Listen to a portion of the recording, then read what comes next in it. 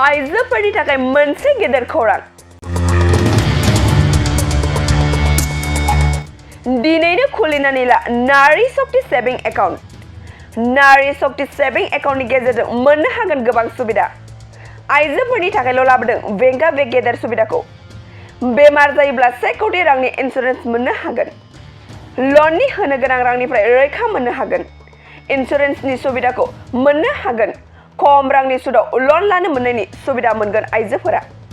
बेसेन होनो हाजासे मोननो हागोन क्रेडिट कार्ड 18 बोसोर बैसोनि आइजोफोरा साफ्रोमबो खुलिनो हागोन बे नारी शक्ति सेविं एकाउन्टखौ गोबां खामानिफोरावबो बाहायनो हागोन बे एकाउन्टखौ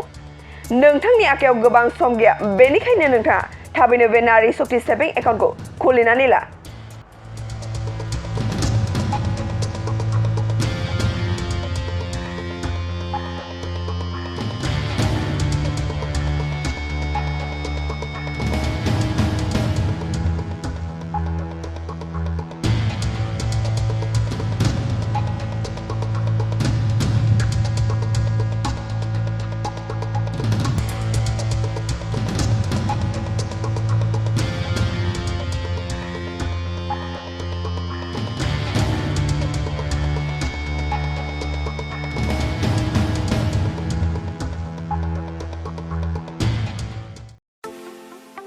सना रुफा आरो हिरानि जुवेलारि गाननो मोजां मोनग्रा सुबुंफोरनि थाखाय गोजोनथाव खौरां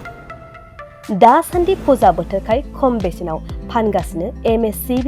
जुवेलार्सआव सना रुफा आरो हिरानि समायना रमायना जोंख्लाबनाय जुवेलारिज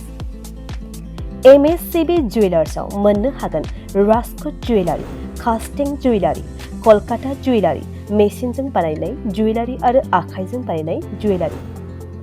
लोगोसेनो हाबा हुखायाव गाननो थाखाय सना आरो हिरानि समायना जुवेलारिसफोरखौबो मोननो हागोन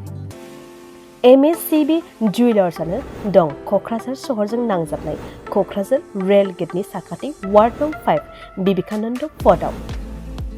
MSCB जुवेलार्सजों थोंजोङै जगाजग खालामनोबो हागोन